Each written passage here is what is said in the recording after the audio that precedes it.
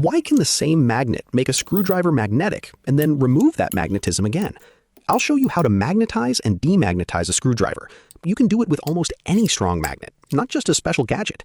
The trick is not magic. Stay to the end, because I'll also show why heating or hammering can demagnetize metal. A screwdriver is usually made from steel, which can be ferromagnetic.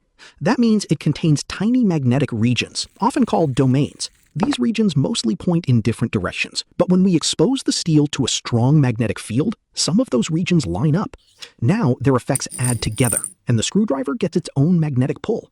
And demagnetizing is the opposite, making that order disappear. Let's magnetize the screwdriver. Stroke the screwdriver with a strong magnet in one consistent direction.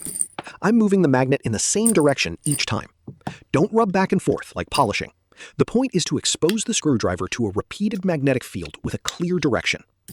Now let's remove the magnetism. Move the magnet along the screwdriver in alternating directions. Rotate the magnet or pass the screwdriver near different sides of the magnet several times.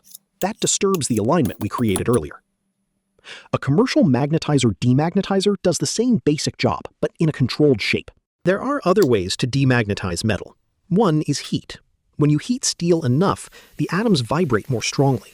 That makes it harder for the magnetic domains to stay neatly lined up. You probably should not use a blowtorch on your screwdriver just to stop it holding screws. Another method is shock.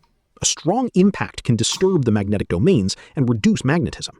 That's why magnets and magnetized tools can sometimes lose strength after repeated hits, drops, or vibration.